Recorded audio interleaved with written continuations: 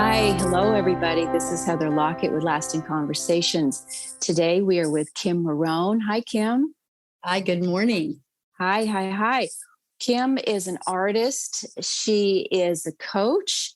She does fun fundraising, and she envisions the best for you in your lives. So, welcome, Kim, and tell us all about what it is that you do. And I'm looking at what has to be a piece of your art in back of you. We are zooming in. These are still lasting conversations on the road, summer 23.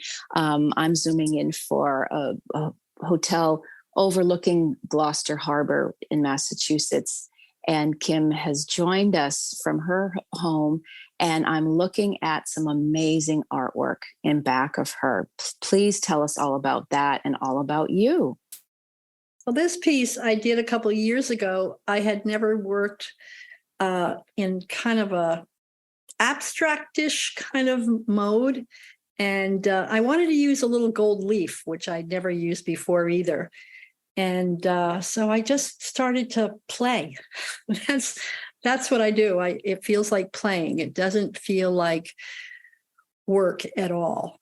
And I just enjoy it. It's a very spiritual feeling. It's almost like I know when I have to do a picture, and then I can leave it alone for a really long time. I just came from Atlanta where my daughter lives, and she had this one huge wall that was empty. And she's like, "Mom, you know what I want for my birthday, don't you?" So I said, "Oh, we're going to make this real fun." So she has a son that's 14 years old. And I said, "Okay, Lorenzo, we're going to paint." And he said, "What?" I said, "This is abstract. It's like you can do anything you want." You can do anything you want. So we just started taking brushes and throwing paint at the board. It came out gorgeous. I mean, I was really surprised how beautiful it came out. Did you paint directly on the wall, almost mural style, or on a canvas? So I've done murals in the past, and I refuse to do murals for myself anymore because I've seen them get painted over, and it's like your heart hurts. Like, and you move or whatever. So no, right. This was like a 30 by 40 canvas. Oh, huge though. Oh yeah. I like to do big work. I don't like doing little stuff. Oh my gosh. So this is you and your grandson, and did your daughter get involved as well? No, she's like, no, I don't do that, Mom. I'm like, okay. But you two must have had just a blast. She had a ball, and she posted it. It was so funny because a friend of hers said, "I want to buy that painting." And Lindsay said, "Oh no, my mother did that for me. She'll make you one, but you can't have it." Wow. And how did your grandson feel during this process with his grandmother for his home? I mean, how spectacular a memory that is. Yeah, I just gave him carte blanche. I said, "Whatever you want to do." I figured I could fix it if I had to. But I bet you didn't. I bet you didn't have to. There was a lot. A lot of times you do paintings in layers, so we put a lot over it, so it didn't look like his work and my work. It was cohesive. Right. Yeah. Oh, beautiful. Oh my gosh. So is that really your heart and joy, or you've got you wear many hats, you have many different passions. So what else is up your alley? The coaching is really, I've always said, if I had a choice to do anything in the world, it would be coaching, because that's how much I love it. Nobody paid me a cent again in my life. I go, I'll be a coach. Yeah. And what flavor? There's so many different flavors. There's the boot camp style. There's the gentle breeze style. There's, physical, spiritual, emotional, all of the above. What flavor of coaching are you? That's really an interesting question, because I've tapped into all the realms. Like right now, I'm challenging myself, and I'm doing a Envision 100K boot camp. And I'm like, it's kicking my butt. I'm like, wow, you really get very focused, and you're told to do certain things. And whether you like it or not, this is your journey and you've signed up. So sweetheart, let's do the work. So I'm challenging myself, I think, for the first time in a very long time, just to see the process and see what's happening to me in my mind when someone says something and I'm like, oh no, go away. And so it's putting yourself out there into the world and letting people know who you are on many levels. So I'm recording every day now and putting it on different platforms and just letting the world know who I am and what I do. And the other side of that is letting the world know that I'm doing this nonprofit, working for nonprofit to help fundraising for nonprofit and for schools and school clubs and things of that nature. So people in the community can raise money for events that mean a lot to them. Well, great. So I think you've tapped into 3 or 4 different things at the same time. So for the coaching, do you have clients that come to you for help in certain ways? It's really interesting. If you look at my LinkedIn page, you'll see many different hats that I've worn. And one is that I worked with women for a very long time that had just gone through a divorce or a death. And that transition that happens for women, it's like, what do I do now? Right, I right. just totally changed. So I've worked with women for a very, very long time and loved it. And now I was literally on a boat one day and a gentleman said to me, what do you do? And I'm like, I'm a life coach. He was like, I need a life coach. I was like, okay. So, and he was a very high powered executive that I never in my life thought that I would ever work with. And it was incredible. He works for the UN. And I was a little intimidated, to be honest with you. And I was like, this is going to be interesting. Let's see where this goes. And it was remarkable. I had an incredible, helped him do a real deep dive about his life and who he is and how he learned to change because he had more of a realization in his life than he had ever had before. And I was like, kudos to me. You're pretty darn good, Kim. It was like, you just do. I work very organically. So, Right. you throw the books away. There's nothing. This is you and me are sitting here. I can do it over Zoom. You can come to my house and just be there with that person. I mean, really be there with them and tap into their emotions and feelings and what they're going through. And then let your coaching evolve. Well, I really appreciate that you said it like that because my interviewer mind wanted to think of a particular question. Like, well, what is your process? And blah, blah, blah. And then you answered it, which is organically. And, you and I have met a few times. And I think ultimately this is where we come into the same kind of resonance where when you're present with somebody, so much can unfold. And obviously, there's a lot of training and people who are trained psychiatrists or train this and train that. That's very, very important, medically speaking. And yet, to be with someone as you're describing and utilizing some tools and trainings that you and I both have had, we all have to have some substance behind us and experience. Yes. That said, what you're really tapping into is the heart of somebody that perhaps has been gummed up for some multiple reasons. And that really is the coaching I can see becomes the unthreading. It's like the unthreading and the rethreading of the fabric of somebody, if that then becomes what they could use to refocus their lives. Yeah. So the passion that you have for that, or let's just say to have, you've been doing this in some form for quite a while. How have you seen changes either in your career and or the clients that you might be having?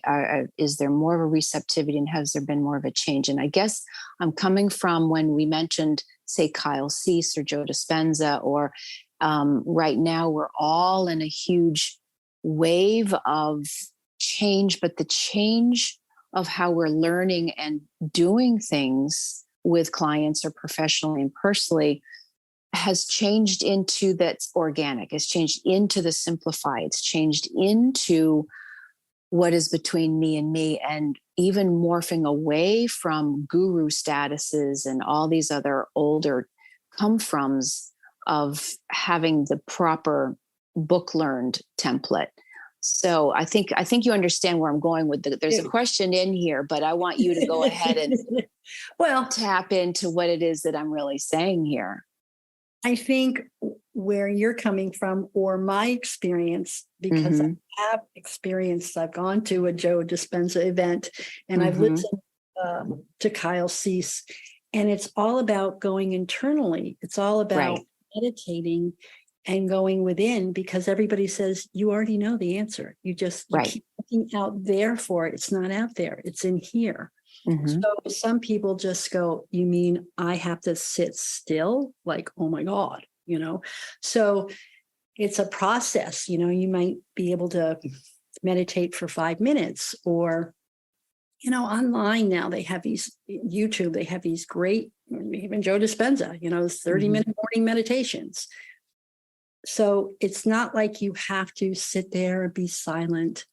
It helps sometimes if you want to do that. And it's about just sitting and breathing. I mean, that's all you really have to do. And if you feel like you need a little help, or you want to listen to some background music, or even listen to somebody's voice, Right. it's all helpful. It just kind of depends on where you are in the process. And you can try a multitude of things through, it's not like one fits all, as we all know. Right. But yeah, it's the coming into being and just being present. And I'm a Qigong practitioner, and that's what it's all about. It's like coming in and letting your body, getting out of your head and getting into your heart is really Mm-hmm. what it's all about. It's Right. really about, and when you're still, then things start to flow like they've never flowed before. Get that word out right. And I've noticed myself, like, I walk the beach in the morning, and sometimes I just get these like like these voices, or like things that just tell me things. I'll see something, and then I'll have a story that goes with what I see. It's really amazing. And I'm like, I never looked at that in that way before. But because I gave myself the downtime and the quiet time, you don't have to sit. I walk the beach, you Right. could swim. It's just a matter of being with yourself. I think that is so true. And being reminded, being in the Boston area and the city life and commuters, but we can do these moments, those quiet moments, heck, even in traffic, but especially if you're commuting on a train or a subway, you just close your eyes and breathe, and we all can kind of create our own bubble, if you will, and to tap into that still voice that's within us, or the voice that it does feel like is from outside. Where did that even come from? But these inspiring times, or it's an inspirational moment, or aha, or I hadn't thought of it that way. um when you're not tapping into the guy down the street, that's a whole different category. But I think these meditative moments, if you have an hour, or you want to be in a yoga studio and with a whole group and om and chant, that's a beautiful thing as well, if that is fun. But that's not the hard fast rule. We can do it on planes, trains, and automobiles, and by the beach. But what you're saying for sure is stepping out of our mind, our workaday mind, our gotta do it, and the shouldas, and the Yeah. oh, hold on, let's just see. I had a moment, interestingly, myself, which must have been a cue for me, even though I was along a beautiful waterfront, but that my mind, I think, was worrying. It was on like worry frazzle Yeah. that I hadn't even recognized. And my whole body literally stopped and my head turned. And there's a bunny rabbit. There's a little bunny rabbit doing its little thing on the ocean's edge, which was very interesting. I wouldn't have expected that. Right. But that was for me to just say, oh, nature. Oh, cute. And pause. And my journal is my phone, my camera, that's my muse, the camera. And that brought me out of what I probably didn't even recognize I was on worry frazzle about, like, where's my next stop or something like that on this trip. Yeah. So these nano moments, they don't even have to be planned. But when we can tap in and stop and pause for a moment, it's a beautiful thing. And I will just add, where we might not even recognize that we need it. Right? Yeah. Are you finding that as well? And with your clients even? Yeah. Well, interesting. You saw a rabbit, but sometimes I see snakes. This morning, path, there was a black snake, and I went, "Oh, good morning." It took me out of the to complete stillness. I was like, "Oh, good morning." It just exactly. Stops you in your tracks. It does. It does. And I know there are a few Disney characters, but it's kind of funny that the ones that just, maybe it's Cinderella, like, oh, hello. And all the animals are chirping around you. And wow, okay, this is nice. I'll take it.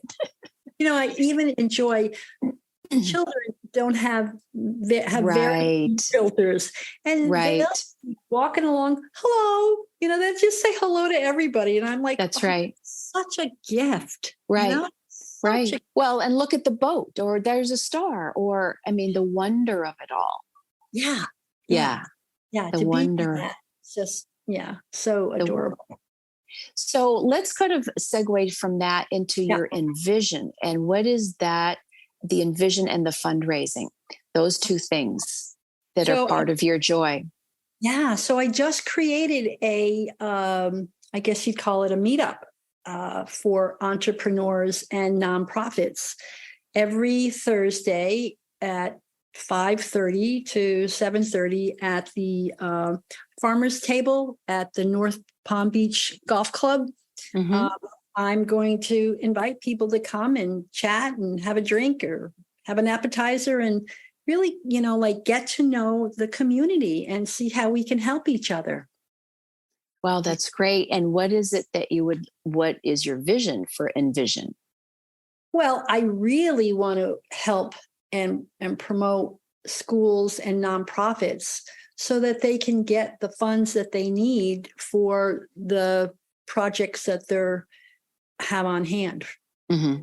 Are there groups that you're working with individually? And I know Palm Beach County is ripe with tons and tons of organizations, and more importantly, even the small groups that probably are not even classrooms and such. They're not even formally part of a group, but they actually really could use some help.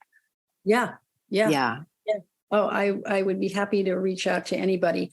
I am going to be calling a lot of the schools just to make contact, and the nonprofits as well. Yeah. So, and is this for fundraising for just financially, or you're also here to do some mindfulness work, or what is it that you are involved with? Thank you for asking that part. Mm-hmm. So the fundraising is centered around art. So we do a project with all the people that come and gather. And, I tell people, you can be a stick figure person. This is not about the art. This is really about coming together, meeting other people, having a drink or a conversation, and just being in the moment and enjoying yourself. And whatever happens on the canvas, and not to beat yourself up, which is part of the process. So I get to do a little coaching around that. and allow yourself to be just where you're at and allow it. Don't mess with that. Just let's have fun here. And then if the person wants to know more about themselves based on what they've done, they can have private sessions with me. Right. Well, Yeah. that sounds wonderful. So it also feels like you're tapping into a sense of community. And here at Lasting Conversations, we're all about community. So is that part of your own conversations, if you will? Yes, absolutely. I really want community to gather and to really help and support each other as much as possible. Do you work with children as well, or mostly the adults and teachers and such? Well, it can be a combo. It can be adults and kids, depending Right. on, what it is that they want to do fundraising with. Yeah. I'm also certified with John Maxwell to work with his bullying program, which I've done in the past as well, and gone to schools and after school programs and spoke to the kids about bullying. So tell us a little bit more about that. Obviously, this is anti-bullying, and what is it that is kind of specific for that particular wheelhouse that you can bring forward?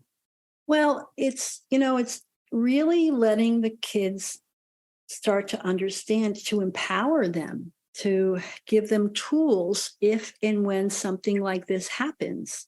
Right. You don't have to just take this. There's a lot of different ways around it and how you can handle it. And to really build their self-esteem and let them know that, they're worth it. They are great individuals, regardless of your age or race. It doesn't matter. You're important. And to really build them and help them understand that is, I think, just a wonderful thing for them to hear. Because a lot of these kids, these after school programs, they don't hear that. They don't Mm-hmm. get that reward that they need, or that a boy, you're really doing good and I'm proud of you. And Right. yeah, I want them to know that they make a difference. I think that's true. And, hopefully the teachers are having their time of some rest and some self-care themselves over this summer, because when you said to say to a child, I'm proud of you, I think we adults can forget to literally say those words sometimes. And especially in the pressure cooker of school and the testing and whatever else is happening, is there very well could be. And I think especially as the older ones, so the focus can be at elementary, which is, those are our foundational years. But as it gets harder, come middle school, and then high school. High school is its own animal, but at least from my general perspective, and I don't have kids currently in high school, so I will I'll be mindful of that. But at least it feels like by high school, you can see the light at the end of the tunnel. You can see how you're beginning to get the adult treats, if you will. Yeah. Hard to say it like that, but that you get to drive, you get your independences, you're thinking, and you get to, you're not in it. Middle school is the middle of the middle. You've been going to school all of your life. You're going to be going to school for another chunk of time. So that middle school, and then in middle school, oh my gosh, the hormones and the changes, you're no longer a little kid, and you're not the adult version yet. So it's a really, really tricky time. So the focus is of, if the adults in us and the teachers can remember and I'm proud of you for our 11, 12, 13, 14-year-olds, that might actually, and the kids, who knows, if they can take that in, that's great. If they are looking at you like, meh, don't even, talk to the hand, they're receiving it in their hand, aren't they? Right? They can still receive it. They might be hearing you. It doesn't look like they're hearing you, but they might be hearing you. So this work that you're doing, that so many others are doing, is just vital. And I will just say real quick, kind of a plug for my friend Ray, and the episode before, I think it was number 36, talking about teaching, and where there are resources coming for the educators, for the families, and for the administrators to understand and be mindful of some signs that kids are under stress or there are things going on at home. And so you had mentioned hope. We get to see where the hope is. I think you had mentioned it, or I heard that. I think it's just on the table today. Where the hope is the help is here, and the resources for the teachers, and then folks like yourself going into the schools also, or even having these community tables and the art. These are all ways to say, hey, we're all in this together. Here's some fun. But for the stress and anxiety that a lot of people are feeling, here are some methods and avenues and resources. Yeah. So how else are you spending your summer? Are you kind of gearing up for this fall educational season, or what else do you have cooking down there? Yeah, no, I'm definitely gearing up to do a lot of speaking and fundraising for the community is really what my focus is right now. Yeah. In the past, I've also, I've had the opportunity to work at Palm Beach State College and did a course. I'm trying to think what the name of the course was. It was a while ago. Unblock your mind, unblock your life. Unblock. Unblock your mind, unblock your life. Great. So I did a few semesters of that. And then I also worked, I volunteered my time at Kaiser University and talked to their new students when they have new students enrolled. Oh, great. See, that stuff is vital too, to have a good orientation. Yeah. So it was fun to speak to them and, let them know this is the beginning of a great journey and there's going to be bumps. And give them a few tools to get through those bumps when the times will come. Because they will. Because they will. That's right. But this is just it. You're not alone. There are people here that you can reach out for help. Yes. Which is good.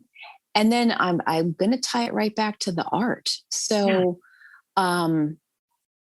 where the color and the expression, are you still, you're creating with your family, can we see your art someplace, or I've never displayed it anywhere. Perhaps I should.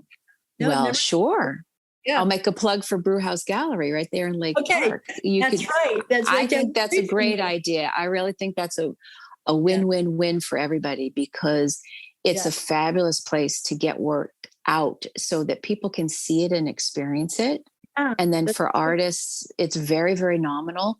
And if you sell some, fantastic, but it's a conversation starter. So there you are. It's very true. I think that would be a lot of fun for everybody, including you, so that we can see this art that I'm looking at. It gives off such love vibrations that how fun would that be to see it out in the world?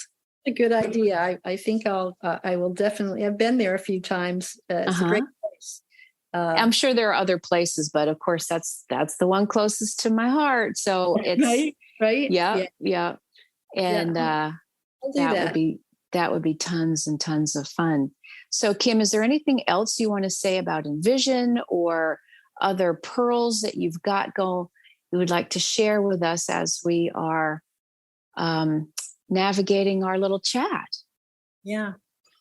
The only other thing I can say, and I say it to anybody that's interested in coaching or being coached, I always do a free complimentary session prior to, just to make sure that we're a fit. So people get some words of wisdom. And if they don't want to work with me, that's great. And if they do, that's wonderful as well. So that's great. And I think I'm feeling into what it means. It has to vibe. And ultimately, maybe this goes back to the work of the other folks that we had mentioned, being in presence with someone, if it can get to that wordless place.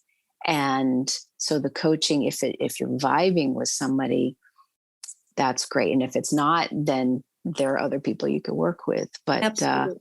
yeah, I think, do you have music? Is that another piece of your wheelhouse, or mostly the color and the art and the So meditative? I'm a dancer. So Okay. so music is my life. That's part of Okay, cool. I yeah. knew we had something else. And we always have to really get in there. Like, wait a second, there's one more thing. There's more muse in her. So, yes. Yeah, I love to dance. I learned to dance a long time ago. My first dance was East Coast swing, and then I was hooked. So from Oh, there, I went fun. to ballroom and then to Latin and to Argentine tango. Well, that's even more fun because there's expressive dance, there's all kinds of dance, and then there's ballroom. So Yeah. I love it. That's really cool. That is so fun. So, Kim Marrone, how can people find you? They can find me on LinkedIn. I can give you my number right now. Sure. It's 845-489-3224. And my website, or go to LinkedIn, and the name of my company, my LLC, is My Perfection in Progress. Beautiful. My perfection in progress. That's fantastic. It's from God. I went to sleep one night and I said, okay, I have no idea what to call this company. I woke up in the morning, took a piece of lipstick and wrote it on my mirror. And that was it. Oh, that's great. That's great. Kim, thank you so much for joining us. Thank This, you. I appreciate it. this has been lots of fun. And thank you for listening, everybody. Please be sure to like, review, and share this podcast. And if you'd like to be part of the conversation, send emails to podcasts@lastingconversations.com and find us on Facebook at Lasting Conversations. This is Lasting Conversations. We get to the heart of everything.